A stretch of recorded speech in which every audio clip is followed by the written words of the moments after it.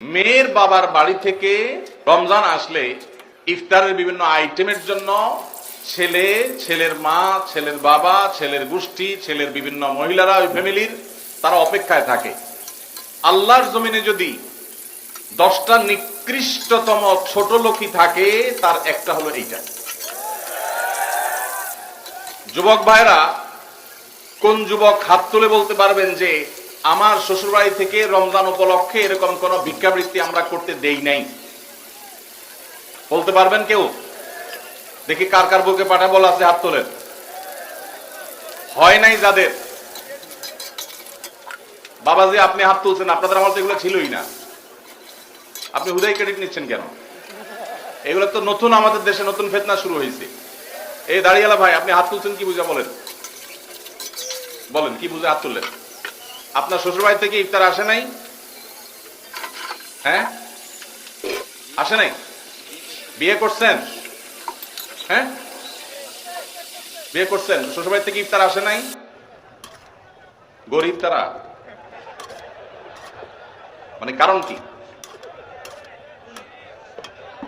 ভাইয়ের আমার, এদেশ থেকে যৌতুককে ওলামায়ে কেরাম মিম্বর থেকে, মাহফিলের মঞ্চ থেকে ঝেঁটিয়ে বিদায় করেছেন, আলহামদুলিল্লাহ।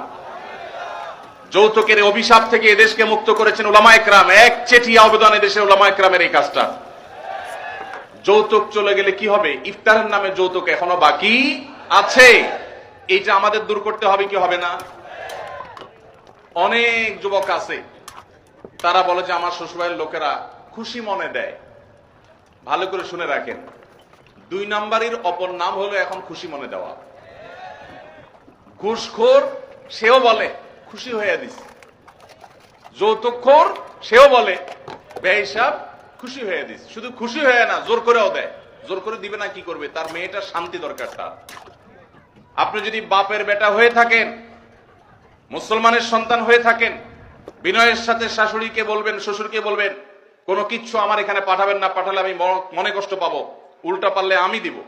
একটা কথা আমি সবসময় বলি ভাই, একটা মেয়েকে কষ্ট করে গর্ভধারণ করা, জন্মের পর থেকে নিয়ে তাদেরকে পড়ালেখা ভরণ পোষণ দিয়ে বড় করে যখন সে সার্বিকভাবে একজন পূর্ণাঙ্গ মানুষে পরিণত হয়েছে, সুশিক্ষিত হয়েছে, সুস্থ সবল হয়েছে, সুঠামদেহী হয়েছে, তখন তাকে ছেলে পক্ষের হাতে তুলে দেয়।